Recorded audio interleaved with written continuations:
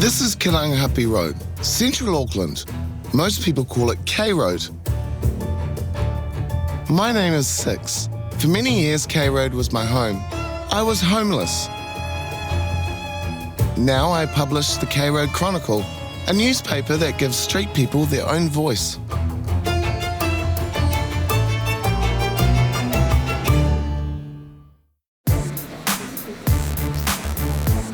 Years ago, when I was living in Aotearoa, I wrote an article on the Māori Wardens. Kia ora whānau, how are you? Ka pai. They occupy an interesting space between the police and private security. They've been around for years, and I was excited to see them recently on Karangahape Road. Kia ora! For the K Road Chronicles, love you, Six! Joanne is the kaiwhakahaere mātua o Ngā Watene Māori o Akarana ki Tamaki Makaurau of the Auckland City District Māori Wardens. I wanted to find out why she's so passionate about the role, so we met at my office. So what are the characteristics that make a good Māori warden? If you've been through similar situations, you can automatically understand where they're coming from. You've experienced homelessness yourself, yeah? Yes, I have. Used to live in my vehicle. Things hit the fan in my life. Then I started taking hardcore drugs. So methamphetamine was my go-to. 22 years I was on drugs, and I went through a spell where I didn't care about anything but myself. Family still cared, including Joanne's sister Marina, who is also a Māori warden. People picked up the pipe up and smoke it.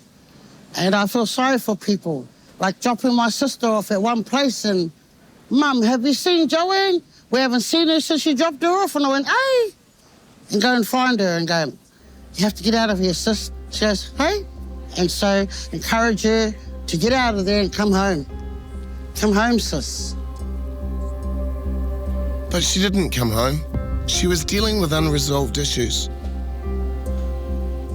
The history with my trauma from my childhood, I never let it go. So I was festering that inside, and I thought the drugs was the one that was going to save me. And then my father died, and then I went worse. No one could save me then, not even my own family. I wasn't a statistic, you know. I was a child that was raised with both parents in our own home, had all the education. And then when I turned 10, my grandfather came, and then he sexually abused me. So you'll see where the picture's coming from, why I'm the way I am today. He sexually abused me for a whole year after school while my parents were hardworking. I never told them that until 4 years later he died. And then I told them, no one believed me until I showed them, go behind the piano and you'll see why. I'm not lying. There's money behind that piano that he shoved in my mouth to shut me up. She kicked my grandfather's coffin. We were picking him up to take him to the uripa, and my sister kicked his head of the casket. And then I asked, you better have a good reason to do that. And she told me, and I was like blown away. First time I heard of it. We had a piano at home, and that's where all the shut-up money was hidden, in there. And then when he died, she showed us the money and the piano. We torched everything. They may have got rid of the hard evidence, but the long-term mental trauma is harder to deal with. It's a story heard all too often on K Road. How are you? Marina's my name. Nice to meet you. How's your living arrangements? It's good. I feel right at home. And that's because you're used to living like that, or? No, I'm waiting for my partner to pick me up. She's working at the moment. She'll be here in a couple of days. So I'm kind of stuck until then. Take it easy? Absolutely. Okay, then. You can ask them all sorts of different things, and everyone is different. Not one person's the same. So, yeah, he's waiting for his darling. Can't afford a hotel or backpackers. So in 2 days, she'll be here to pick him up. Because he doesn't want an emergency house. So most people have different dynamics in their family, like horrific ones, some of them, you know. Joanne ended up living in her car despite offers of help from her family. I suppose I wouldn't let anybody help me because I didn't want to give it up. In order for you to give up any substance, you've got to want it. And then you've got to find the right support system and cut off ties from your... Totally changed you. Yeah. What was the turning point for you? Support. This support came from a new partner in her life, Vera. She's the one that offered her support and she worked with me through it all. Vera is a honey. I think her family had gone through it before in some parts, so knew how to address it and talk to it. Hi, Mama. It was actually through another sister that they met, although it was a bit unexpected. I had asked my sister, who's that pretty lady over there? And she goes to me, stay away from her. She's into men. And my reply back to my sister was, we'll see. And to this day, we've been together. In fact, Vera and Joanne are planning on getting married soon. I'm getting my celebrant's license, so maybe I can officiate. Yeah, some friends just got married under this moving tower. It's lovely. Myer Park is a lovely place for a wedding, but there is another reason Joanne is interested in the park today. The Wardens have been looking for a permanent place to base themselves. You're getting all going to the grand scheme, the old caretaker's cottage, which, how beautiful is that? I'm blessed. Being a caretaker's cottage, you know, being Māori Wardens, we're pretty much caretakers of the people. Yeah. Exactly, it's beautiful. So will that be entirely your own space or will that be shared with other service providers? I prefer it being our own space. Yeah. I mean, it is part of our heritage here in Auckland. Mm. You've got to look after that building. Yeah. It's been around for a long time, just like us Māori Wardens. And that'll be your base of operations? Definitely.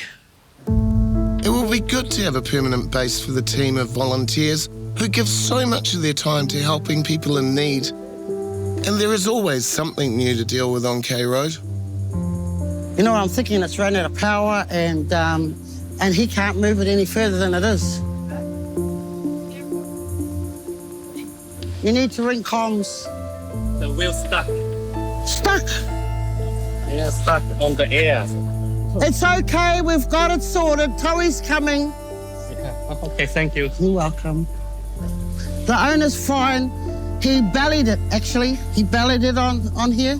So Okay. it can't move. Oh, got you. So he's getting a Toey to come and help him. He's calling the tow truck, Yes, and the tow truck's on its way. on his way. Thank you. We know all the different hapus around here, groups that help you find homes, help you to get clothing, where to go and get food. Feeding people is another activity where Marina and the Wardens take a hands-on approach. They help out at places like Sunday Blessings, a weekly event in downtown Auckland that provides great kai for hundreds of people. It's a task that seems never-ending. Since our first season of the K Road Chronicles, homelessness is really, it's evolved. I think now we're talking more an issue of poverty, and yet, you know, just walking down here, we see people sleeping on the street. Why are they not engaging? Why are they not taking advantage of the services that are available? Do they know about the services available? And in your role as a Māori Warden, are you able to facilitate accommodation or? We're able to direct them to the right organisations. And walk beside them? Yeah, until they don't need us, and then we'll just continue on our journey to the next person. Hey, enjoy your night. Be safe out there. Ka pai. Ni hao. Hey. Oh, we're family. So I'm gonna. Have you got a phone number, babe? Have you? Well, I'll come up and see you anyway. Would you be here at Sunday Blessings tomorrow? Come down for a kai? Yeah. Down at the Melville House. So that's what the engagement's all about. Be real. And actually sit with them and have a conversation. Ask them if they're all right. Yeah, this is something that has come up in this conversation and many other conversations, is the importance of listening. Yeah, that's all they want. somebody who wants to listen to their story. Is all Without that. judgment. Yeah, it's all that matters. It's all that matters. Wouldn't this be a great wedding venue? Oh, yeah. I know a great marriage celebrant to be. Oh, what's that one's name? Oh, she's amazing. Oh, yeah. She hosts karaoke at Saloon Bar on Sunday nights.